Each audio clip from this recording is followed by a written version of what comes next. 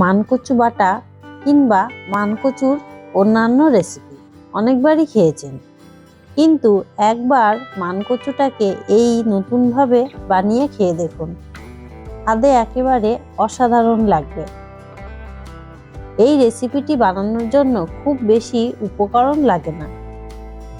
এই রেসিপিটি বানানোর জন্য লাগবে মানকচু কোরানো, নারকেল কোরানো, মটরের ডাল বাটা, কাঁচা লঙ্কা, সর্ষের তেল, লবণ ও হলুদ।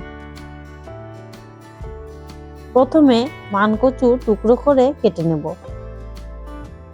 এরপর সামান্য লবণ মাখিয়ে ভালো করে ধুয়ে নিন। এতে করে মানকচুর কষটি বেরিয়ে যাবে। এবার মানকচুটাকে খুব মিহি করে গ্রেট করে নেব। যতটা পাতলা করে গ্রেট করা যাবে রান্নাটা ততটাই ভালো হবে। এরপর নারকেল কুড়িয়ে নেব।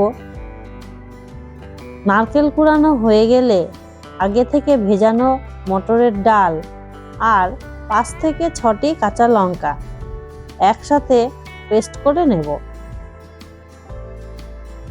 আপনারা চাইলে এটি পাটাতেও বেটে নিতে পারেন।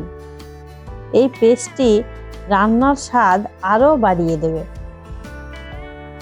এবার মানকচু, নারকেল আর ডাল এর সাথে পরিমাণ মতো লবণ, হলুদ আর সর্ষের তেল দিয়ে ভালো করে মাখিয়ে নেব।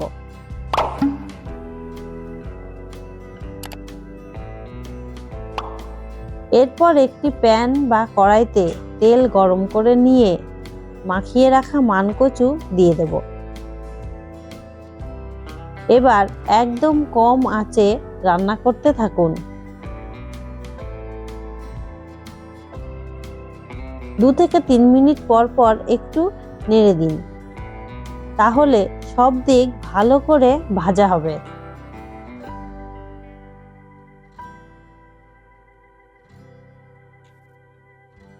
ভাজতে ভাজতে যখন এই রকম লাল হয়ে আসবে আর রসটা শুকিয়ে যাবে, সেই সময় একটু কাঁচা তেল ছড়িয়ে দিন। তাহলেই রেডি মানকচুর পাতুরি। এবার পরিবেশন করুন গরম ভাতের সাথে।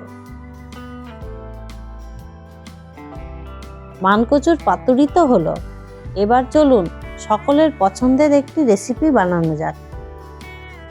মানকচুর বড়া বা চপ। এর জন্য লাগবে কিছুটা কুড়ানো মানকচু, ডাল বাটা আর তার সাথে কুচনো পেঁয়াজ, হলুদ, পরিমাণ মতো লবণ ও কুচানো লঙ্কা। এইবার সব কিছু খুব ভালোভাবে মাখিয়ে নেব।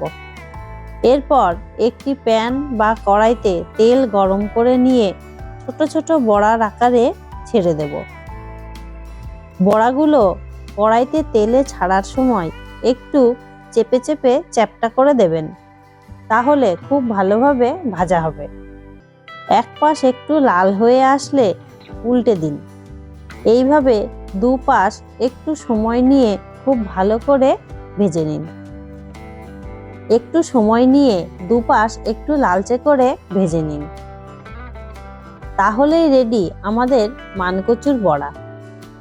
খালি মুখে খান বা ভাতের সঙ্গে খান, এক কথায় স্বাদে লাগবে অনবদ্য।